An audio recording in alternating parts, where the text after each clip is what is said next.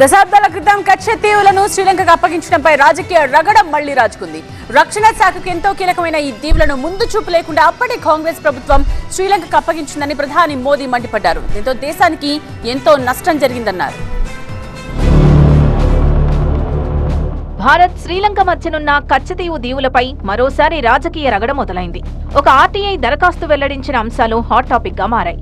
గతంలోనే ఒకసారి కచ్చతీవు దీవులపై మాట్లాడిన మోదీ మళ్లీ తాజాగా కాంగ్రెస్ పై విరుచుకుపడ్డారు. ఈ అంశం ఇప్పుడు తమిళనాడు రాజకీయాల్లో ఫ్లాష్ పాయింట్ అయింది. 1974లో ఇందిరాగాంధీ ప్రభుత్వం కచ్చతీవు దీవులపై హక్కులను శ్రీలంకకిచ్చింది. కచ్చతీవు దీవుల హక్కులకు సంబంధించి Tamil Nadu BJP chief Annamalai RTI ద్వారా అధికారిక సమాచారం సంపాదించారు. ఆ దీవులపై హక్కులను వదులుకోవడానికి ఇబ్బందేమీ లేదని దేశ తొలి ప్రధాని జవహర్లాల్ నెహ్రూ కూడా 1961లో చెప్పినట్లు ఆర్టీఐ దరఖాస్తుకు అందిన సమాచారంలో ఉంది. అయితే కచ్చతీవు హక్కుల విషయంలో శ్రీలంక వాదన కంటే భారత్ వాదన బలంగా ఉందని 1960లో అటార్నీ జనరల్ ఎంసీ సెతల్వాద్ అభిప్రాయపడ్డారు. కానీ ఈ దీవుల విషయంలో విపక్షం నుంచి 1968లో ఇందిరాగాంధీ ఒత్తిడెదుర్కొన్నారు. కచ్చతీవుపై హక్కులను వదులుకుంటున్నట్లు నాటి తమిళనాడు సీఎం కరుణానిధికి ఇందిరాగాంధీ వివరించారు. కచ్చతీవు దీవుల విషయంలో కాంగ్రెస్ డీఎంకేల తీరును ఎండగడుతూ ప్రధాని మోదీ విరుచుకుపడ్డారు. ఈ అంశంపై డీఎంకే ఎందుకు మాట్లాడదంటూ నిలదీశారు. భారత భూభాగాన్ని లంకకు గతంలో కాంగ్రెస్ ప్రభుత్వం అన్యాయంగా అప్పగించిందన్నారు.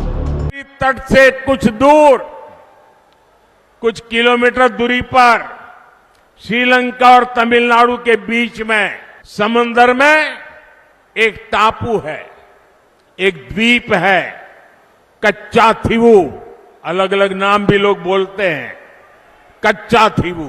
ये द्वीप सुरक्षा की दृष्टि से बहुत महत्वपूर्ण है। देश आजाद हुआ तब हमारे पास था और ये हमारे भारत का अभिन्न अंग रहा है।